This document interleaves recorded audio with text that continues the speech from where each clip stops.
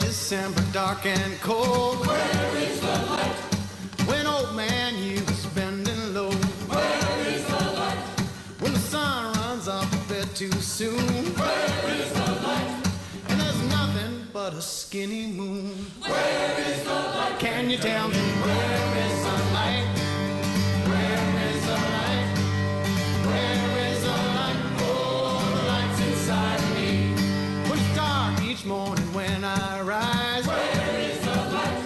And it's dark when my eggs are frying. Where is the light?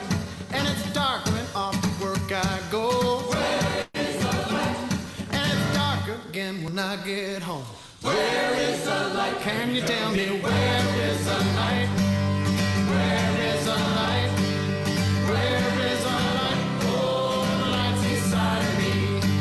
It's in my skin and in my bones, in my heart and in my soul. That light of light so bright and golden like a summer day. When the sun goes missing in the sky, it is rising in my eyes, chasing all that winter gloom away. Kerosene. Where is the light? I'm twinkling like the Pleiades. Where is the light? I'm dancing like a candle flame. Where is the light? And I'm flaming like a fruit flambe. Where is the light? Oh, can you tell me where is the light? Can you tell me where is the light? Can you tell me where is the light? Oh, the light's inside of me. Can you tell me where is the light? Can you tell me where is the light? Oh, can you tell me where is the light? Oh, the light's inside of me. 2, 3, 4. This will light mine. I'm gonna let it shine. I'm gonna let it shine. I'm gonna let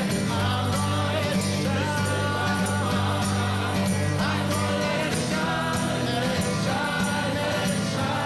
Let it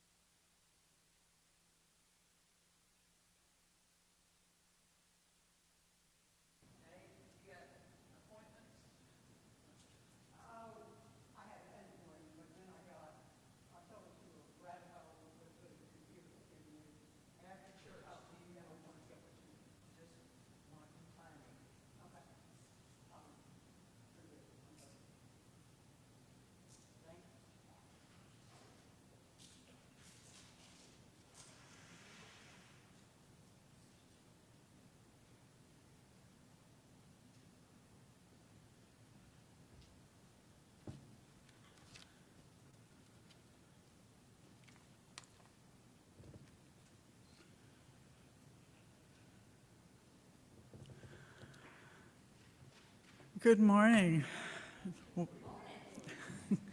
Welcome to All Souls Unitarian Universalist Church. My name is Susan Caldwell, and I'm the Director of Religious Education here. Our minister is the Reverend Barbara Gerald, who is here with us today, but she will be helping us out with some music, and she may have some things to say in a little bit, we'll see. But whatever your age, race, ability, orientation, background, identity, if you care to worship with us, you are welcome. In this congregation, in this faith tradition, we do not have to believe alike, we do not have to think alike, to love alike, and to love each other. We are united not by a creed, but by a covenant to support each other, to be together in community, to support each other on our spiritual journeys, and to work together to make the world a better place.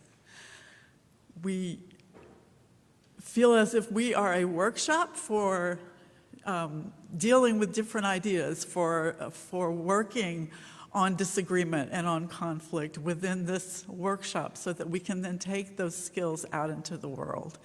And we thank you for being here, and our board person of the day is our treasurer, Rebecca Tuggle, and she has some announcements for us.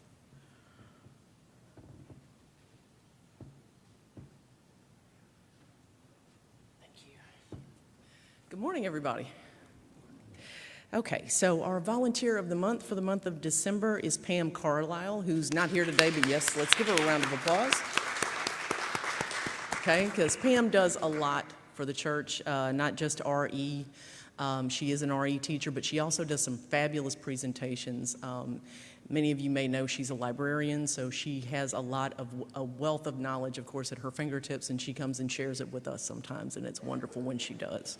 So another round of applause for Pam Carlisle.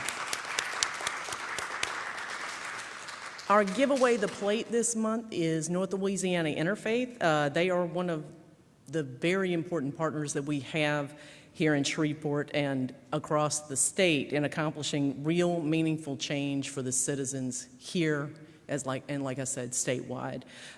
Anything that you give that is not designated as pledge will be provided to North Louisiana Interfaith, so please be generous.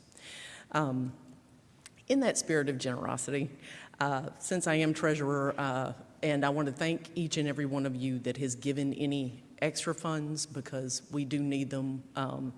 But in looking at the pledges for 2024, we have right now only 16.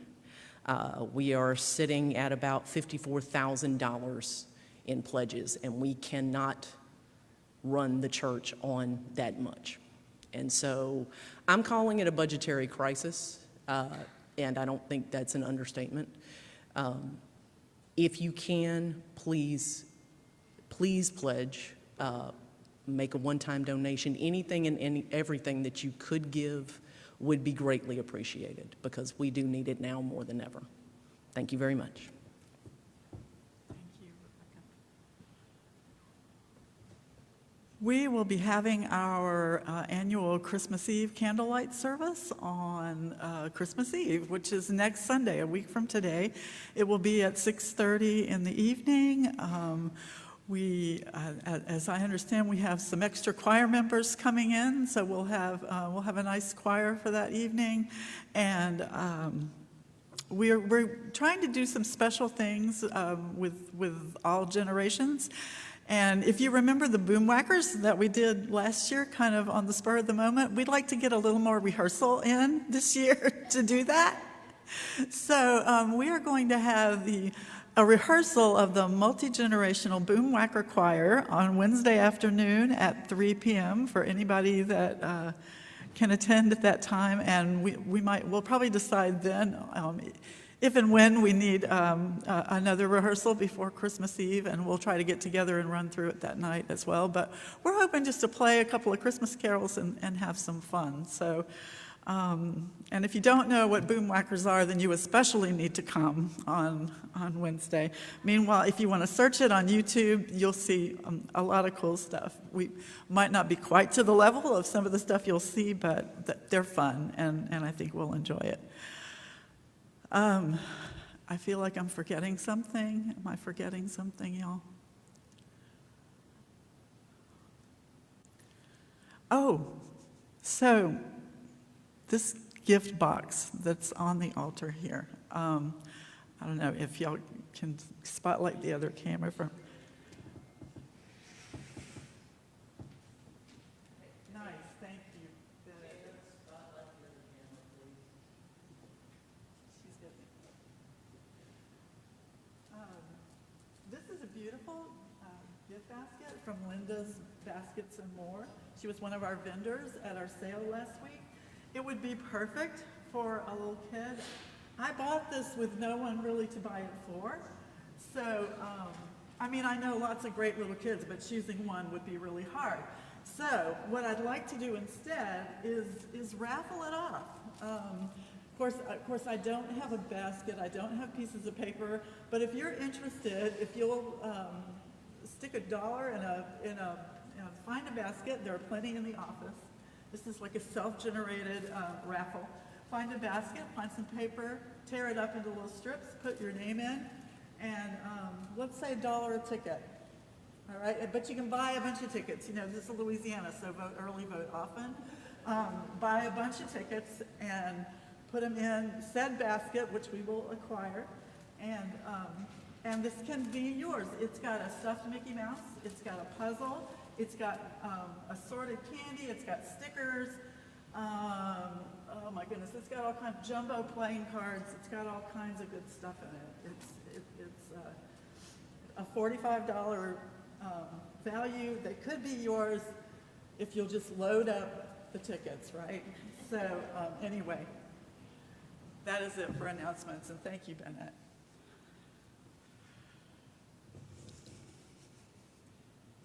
If you'll join me in the spirit of worship.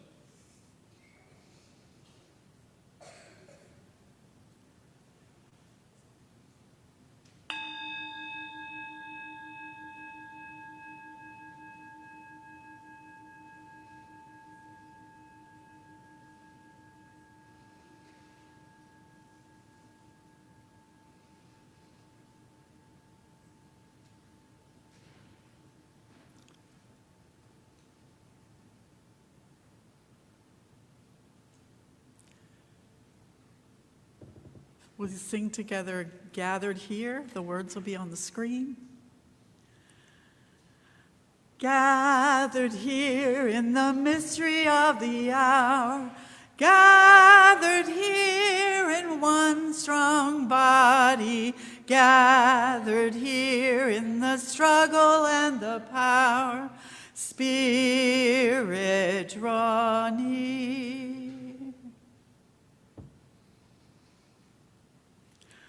We pause in this season of mystery to tell the stories, to sing the songs, and to bring more light into the world.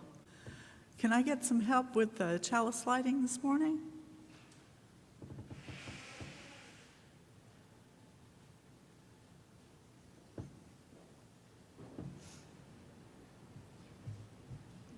All right. We light this chalice to celebrate Unitarian Universalism. This is the church of the open mind. This is the church of the helping hands. This is the church of the loving heart. Together, with mind, hands, and heart, we care for the earth and for each other. Thank you.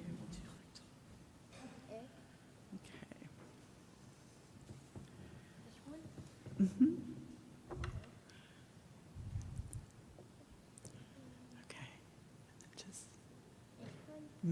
Just kind of touch it to it. That's all you have to do. Yeah, that's good. That's good. I know. It's okay. I got it. Thank you so much.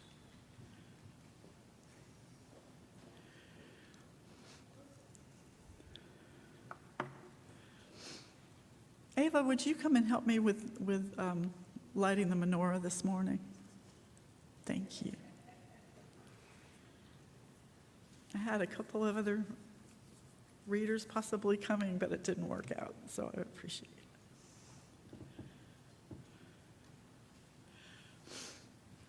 it. This is a time of year when we look for the common threads of light, hope, and love that unite us in our celebrations. Each week, we light a chalice that began life as a symbol of hope for Jewish people and others fleeing Europe during the Holocaust. And so the story of Hanukkah holds special meaning for Unitarian Universalists as a story of religious freedom and the struggle always to kindle its light. So if you'll light the middle candle first. You don't have to take it. That works too. Okay. And then you can just keep that out and light them left to right. You can keep that one out. Yeah, take it. There you go. And then, so the first one. Long, long ago, more than 2,000 years ago, the Jewish people were ruled by a cruel king named Antiochus IV. They wanted the freedom to worship their own God in their own way, but the king refused to let them read their holy books, celebrate their holidays, or pray to their God. He even put statues of his gods into their sacred temple in their holiest city, Jerusalem. So you can light the first one on the left. Thank you. Would you like to read or just light? Okay. Now there was a very brave man up in the hills named Judah Maccabee. Judah and his brothers led an army into Jerusalem under cover of darkness, defeated Antiochus, and took back the temple for the Jewish people.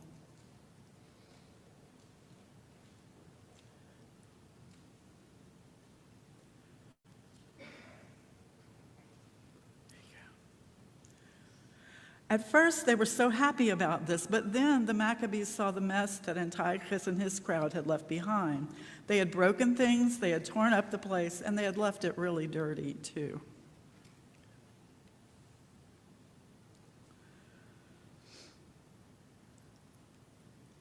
And so the Maccabees and their friends were heartbroken as they began the job of cleaning up the temple. They used a little bit of holy oil they found to relight the great menorah, but they were worried. They would have to find and bless more of the holy oil, and that was going to take at least 8 days. Meanwhile, they only had enough oil to burn for 1 day, maybe 2 tops.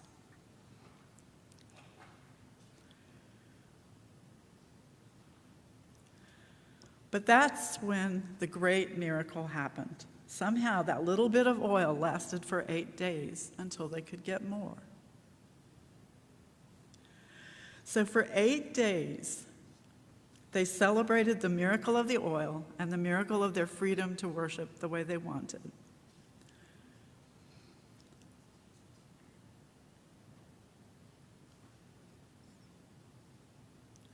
Today, our Jewish members of All Souls and friends all over the world still celebrate this miracle for 8 days by lighting candles, by eating special foods cooked in oil like potato latkes and jelly donuts, singing songs, giving gifts, and playing games.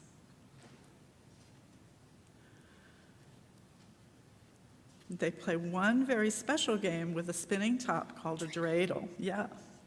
The 4 Hebrew letters on the dreidel correspond to the words, "A great miracle happened there."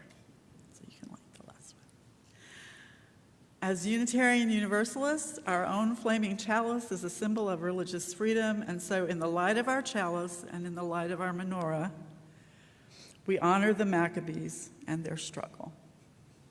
Thank you, Eva. Will you join me in the unison affirmation? The words will be on the screen. Rise in body or spirit. Love is the doctrine of this church. The quest for truth is its sacrament, and service is its prayer. To dwell together in peace, to seek knowledge and freedom, to serve human need, to the end that all souls shall grow into harmony with the sacred. Thus do we covenant with each other. We're going to sing a song. We'll sing it in Hebrew and then in English. And Reverend Barbara, can I get you to help me, since we're going to eventually do this as a round? We've sung it before, but it's been a little while. What key are you using? What key? That's a good one. Let's see. Hine matohu manai. A little higher, or is that okay for you? Be better a little Hine matohu manai. Shevet ahim gam yahad. Hine matohu manai. Shevet ahim gam yahad. Hine mato. Shevet ahim gam yahad. Hine mato. Shevet ahim gam yahad. Okay, that's the shape of it. Right. That's the Hebrew portion. Do you want to share the English part before we start the rounds? Before we make it around, sure.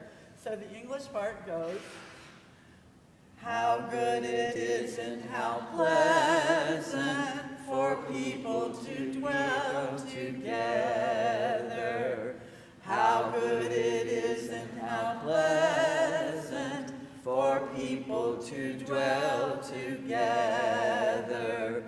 Good and pleasant, people at peace together. Good and pleasant, people at peace together. Now, so where in the stack do you want part 2 to begin? Okay, so part 1 we'll sing Hine matohu manayim shevet ahim gam yahad. Repeat that, and then when part 1 starts, Hine matohu, that's Part when two part will 2 come in. comes in with the beginning. And so how about if we do the Hine Matov and the B part of that, and then the English and the B part of that? Okay, that sounds good.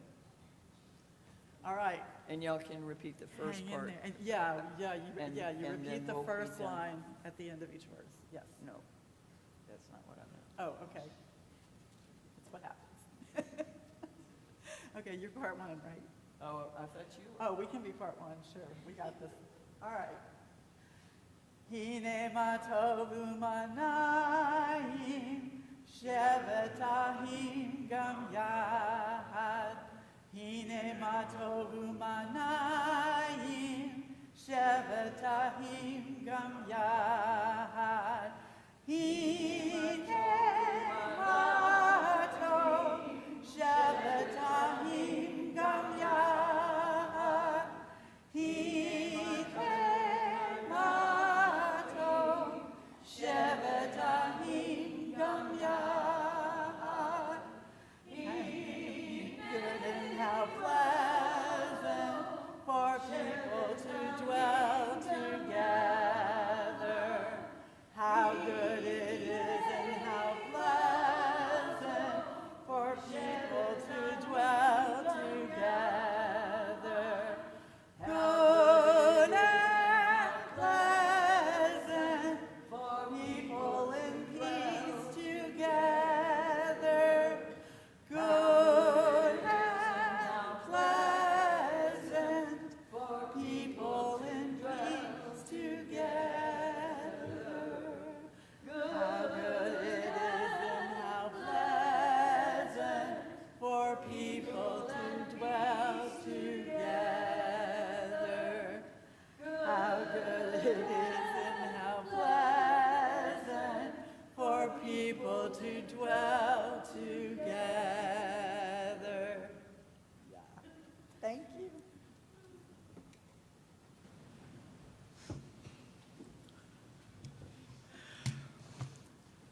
Our religious education year has been a little different this year. You know, everything's still been a little different coming back from COVID, but this time we took a particularly long time with our Unitarian Universalist identity pillar, and mainly so that we could do the All8 Principles art project. And this morning, Eva Peck would like to share. You'll be able to see her creations of clay that are on the slides, and she's going to tell you about that. So at this time, I'll invite Eva to join me.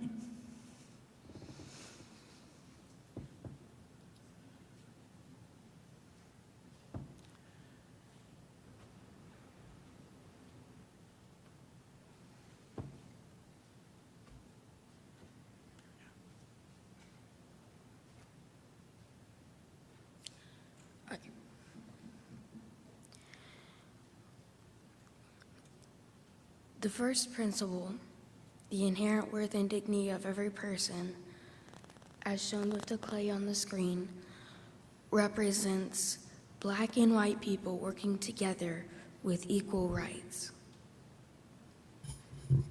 The second principle, justice, equality, and compassion in human relationships, represents equality to everybody. The third principle, acceptance of one another and encouragement to spiritual growth in our congregation, represents growing from one thing to another. The fourth principle, the free and responsible search for truth and meaning, represents searching for something right for you. The fifth principle, the right of conscience and use of democratic process within our congregation and society at large, represents someone voting for who they want to support them. The sixth principle, the goal of world community of peace, liberty, and justice for all, represents peace for everyone. The seventh principle,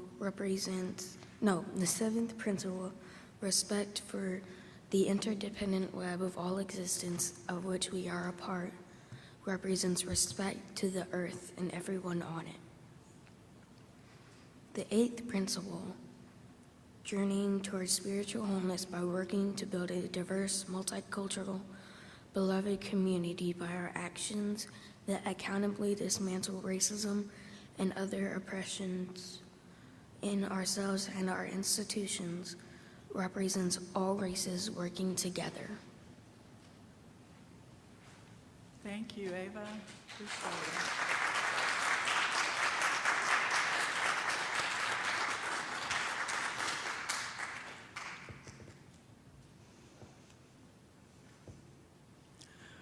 Please join me in a spirit of reflection, meditation, and prayer.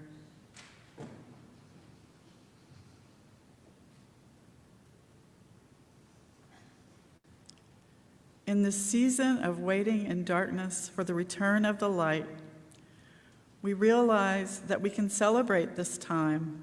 We can sing up the dawn after the longest night, and yet have room in our hearts for the broken places. The places where we mourn beloveds we have lost, the places where we mourn the violence and loss in our own community, in our nation, and in parts of the world where war rages, where people are dying, and where children are not safe. We pray that the hearts of those with the power to create peace might be turned by the beauty of this season of light as it illuminates our shared humanity and the realization of our inextricable connections to each other. We pray for our own capacity to create peace as well, and we carry these intentions into the silence.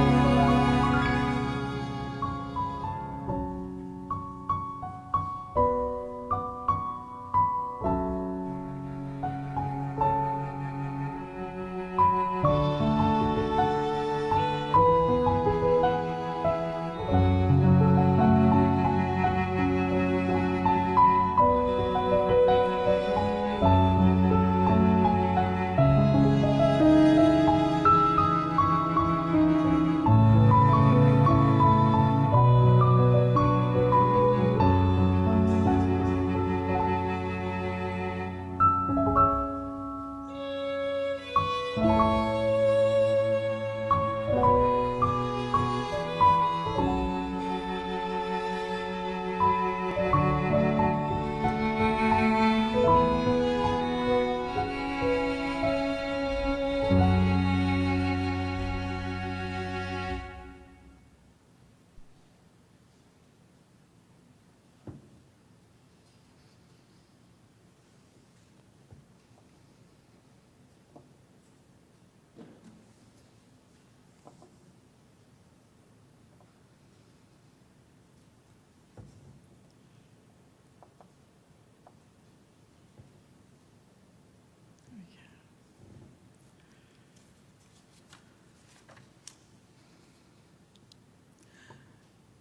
I have some help lighting the Advent candles?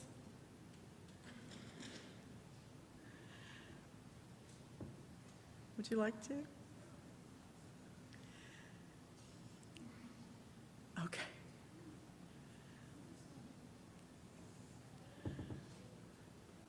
Okay, I think Ava's going to help you too. So.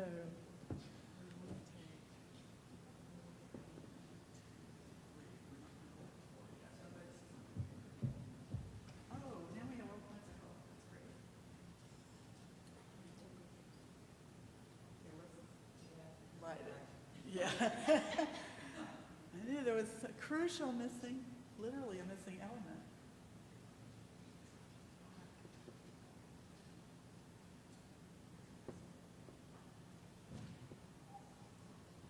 So this is the third Sunday of Advent. For week 1, the candle was for hope. Hope is the motivating force that moves us through times of despair as we begin our journey toward the sun and the new life it will bring. We light the candle of hope.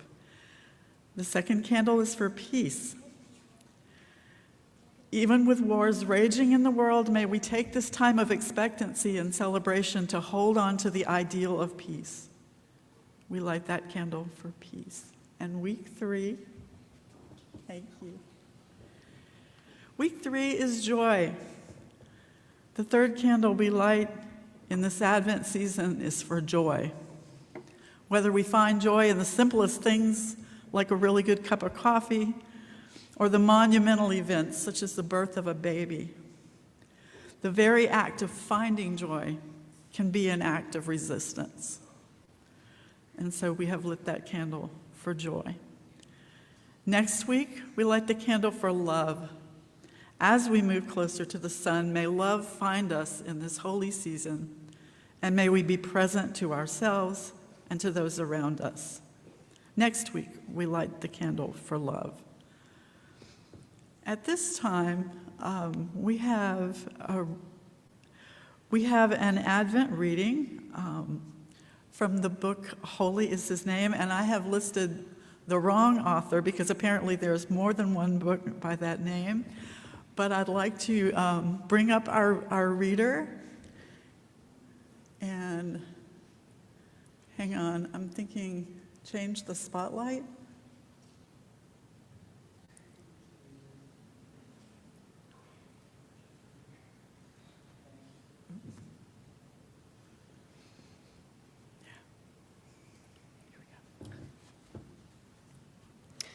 Hi, everybody. So this is a devotional taken from Holy is His Name, which is an Episcopal Advent study.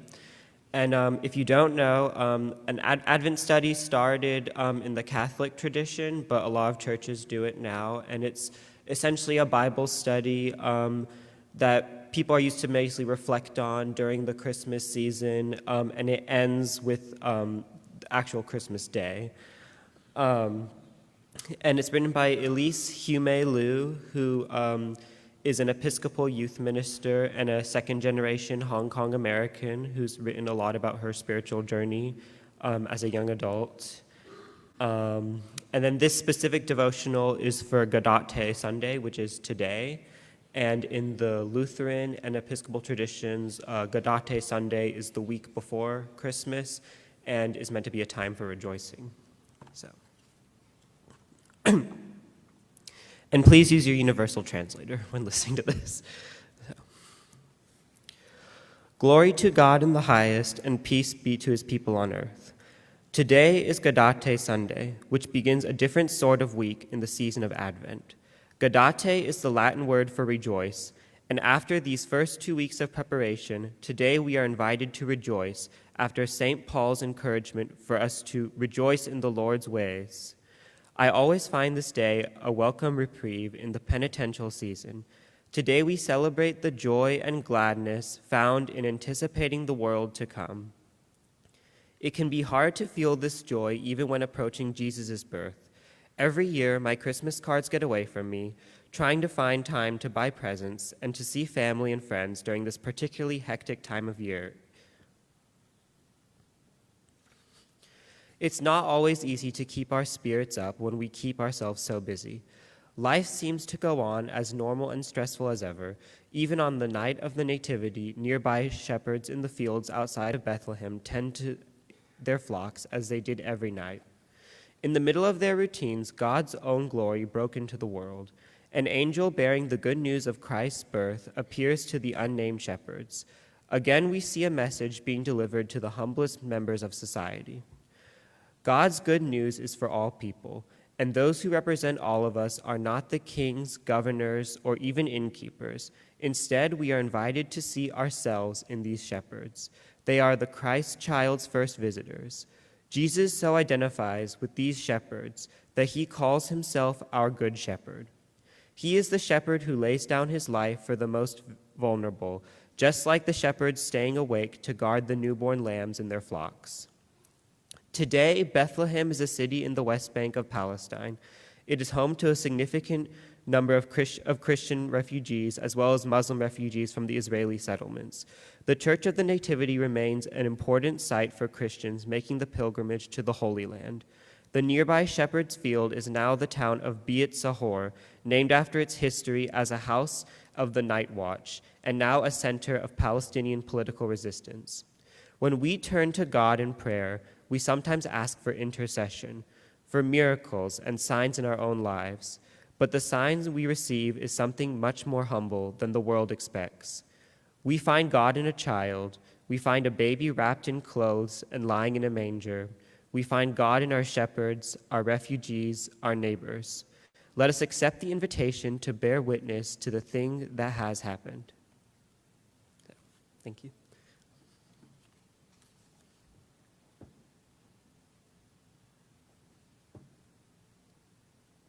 Thank you.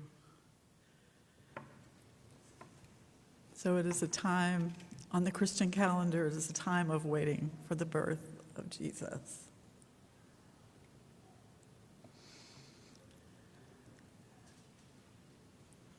This is a little piece that I wrote a few years ago. I've edited it somewhat. Is there really a war on Christmas? I have a hard time seeing it when so much of the focus at this time of year seems to center on Christmas as opposed to our other celebrations of light.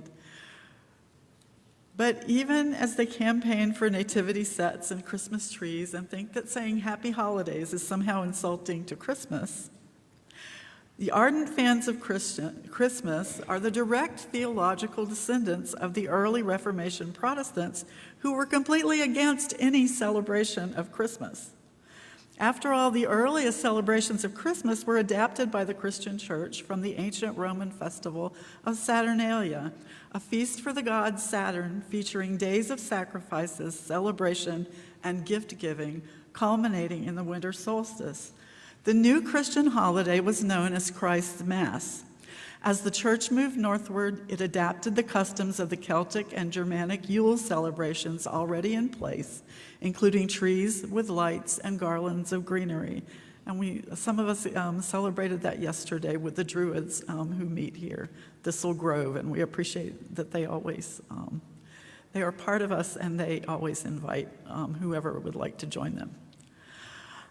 However, the Reformation Protestants were not nearly as taken with the holiday. Both Calvin in 16th century Geneva and Cromwell in 17th century England outlawed the celebration of Christmas because of its pagan roots and its Catholic trappings. Reformation leaders who didn't forbid the celebrations outright still preached against any kind of revelry or drunkenness associated with the holiday. The opposition to Christmas found its way to our shores as well, particularly in the New England colonies, where it was thought to have too strong of a connection to Catholicism. In 1659, the General Court of Massachusetts ruled the celebration of Christmas as a punishable offense. The southern colonies did celebrate the holiday, but it was considered more of a secular celebration and an excuse for a lot of partying than a religious observance. Practically alone among their fellow New England Protestants, the Universalists did celebrate Christmas. Many of them lived in rural areas where a celebration of light and feasting was particularly welcome in the midst of a harsh winter, and they resonated with the story of a holy child born in simple surroundings. A Universalist congregation in Boston celebrated the first Christmas service in that city in 1789. Unitarians joined them in promoting and celebrating the Christmas holiday. They liked the idea of celebrating the birth of the great teacher of their tradition, but even more than that, they liked the idea of the holiday itself. There was a new emphasis on a warm and loving family home life, and supporters of the holiday framed it in a more family-friendly fashion as an alternative to the choices of a decadent festival of excess or an outright ban on all things Christmas. Both the Unitarians and the Universalists endorsed the idea of shops, banks, and other businesses closing to give workers time at home with their families. It was a German Unitarian professor at Harvard, Charles Follen, who introduced the custom of the Christmas tree to America at a party at his home in 1832. And finally, it was a Unitarian, Charles Dickens, who in 1843 wrote a book, A Christmas Carol, that would move the focus of Christmas even more toward family and compassion and goodwill. A Unitarian minister, Edmund Sears of Wayland, Massachusetts, wrote the lyrics for It Came Upon a Midnight Clear. It contains an anti-war verse that is often left out of many Christmas services, but is always sung here at All Souls on Christmas Eve. Another Unitarian, James Lord Pierpoint, wrote the secular Christmas classic, Jingle Bells. And yet another Unitarian minister, John Sullivan Dwight, translated the now universally beloved carol, O Holy Night, into English from the original French. So the next time someone insists that you say Merry Christmas, remind them to thank a Unitarian Universalist.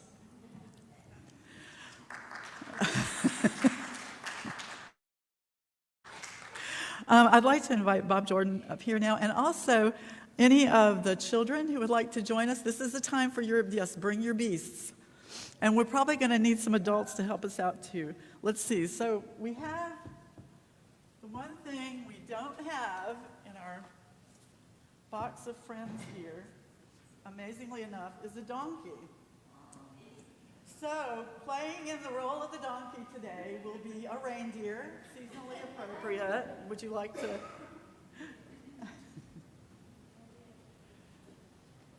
And let's see, what else do we need? We need a sheep with curling horn. So, someone can either wear the sheep or hold the sheep, whichever. If y'all would like to join us, you're welcome. It's okay. If you would like to, you can. If you don't want to, that's fine.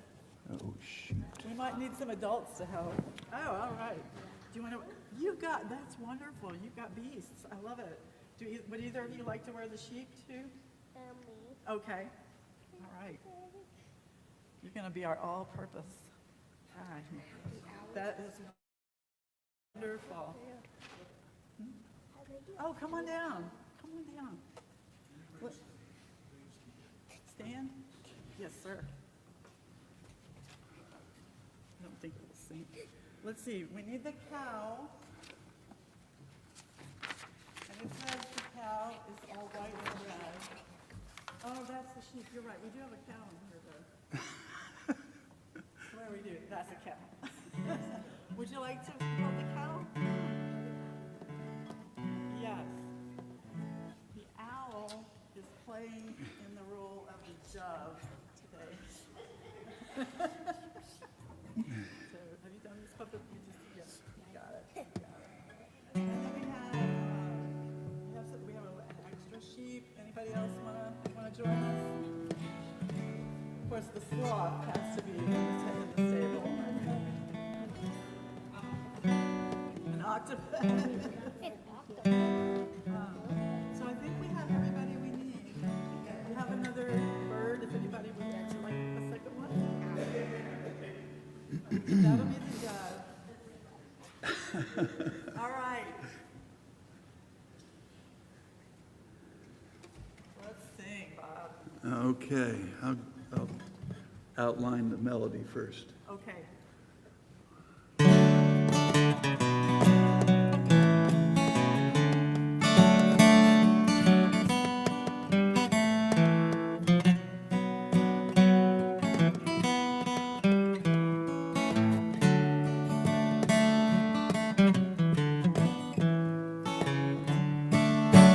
Jesus, our brother, kind and good, was humbly born on a stable roof, and the friendly beasts around him stood. Jesus, our brother, kind and good. Donkey reindeer? I said the donkey, shaggy and brown, I carried his mother up hill and down. I carried his mother to Bethlehem town. I said the donkey, all shaggy and brown. Cow? I said the cow, all white and red. I gave him my manger for his head. I gave him my hay to below his head. I said the cow, all white and red. Sheep. Oh, there we go. I said the sheep with curly horn. I gave him my wool for a blanket warm. He wore my coat on Christmas morn.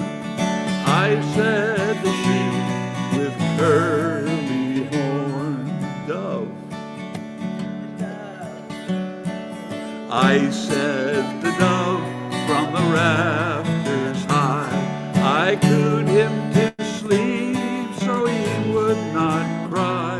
We cooed him to sleep, my love and I said the dove from the rafters high.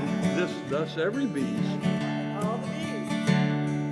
Thus every beast by some good spell in the stable rude was glad to tell of the gift he gave Emmanuel, the gift he gave Emmanuel.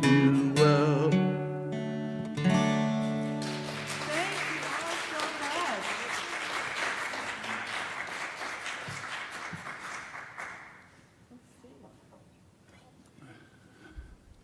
You can bring them back to the box, or if you'd like to keep them with you for the rest of the service. I know you guys will keep yours, because if you'd like to keep it with you for the rest of the service, you want to go ahead and bring them back, that's fine too.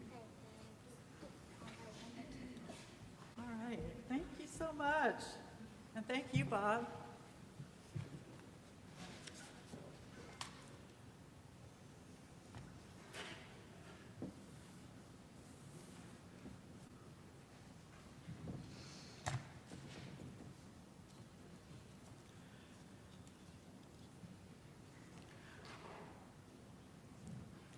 I asked yesterday at the Thistle Grove ritual if I could use this closing, because I really love it. The brightness of the Yule fire for you, the warmth of home and hearth for you, the cheer and joy of your friends for you, your family's love and peace for you, hope and strength of the heart for you, unharmed to go forth, unharmed back home, unharmed on your way. The ride is ended. Go in peace, but not just yet, because we're going to sing.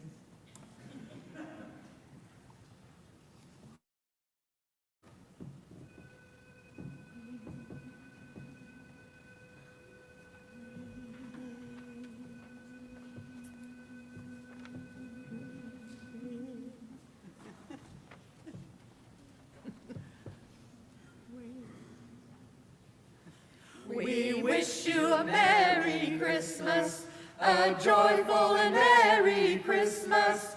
To all who celebrate Christmas, we wish you a Happy New Year. We wish you a Merry Christmas, a joyful and happy solstice, a sunny, satisfying solstice. To all who celebrate solstice, we wish you a Merry Christmas. We wish you a happy solstice. We wish you a happy Hanukkah.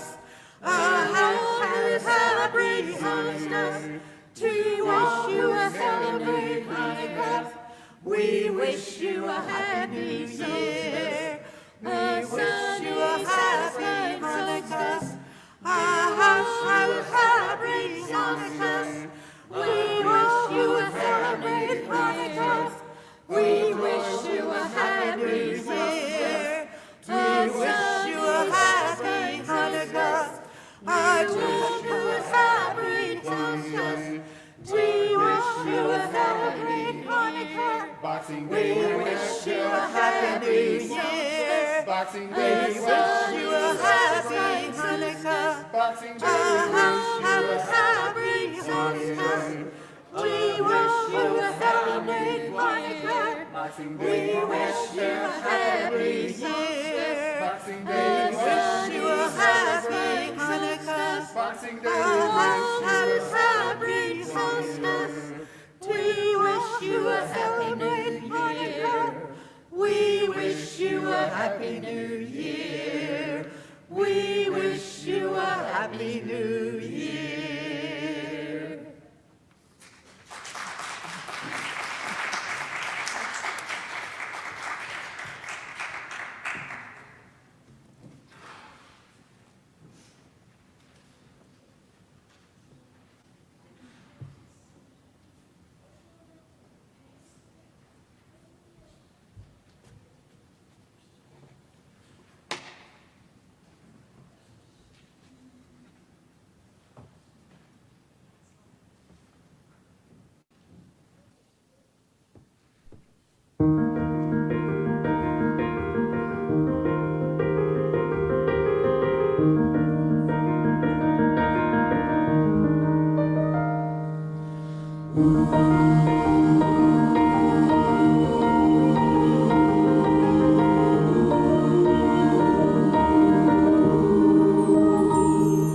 My life flows on in endless song above earth's lamentation. I hear the real, the far off hymn that hails a new creation. No storm can shake my inmost calm, while to that heart I'm clinging.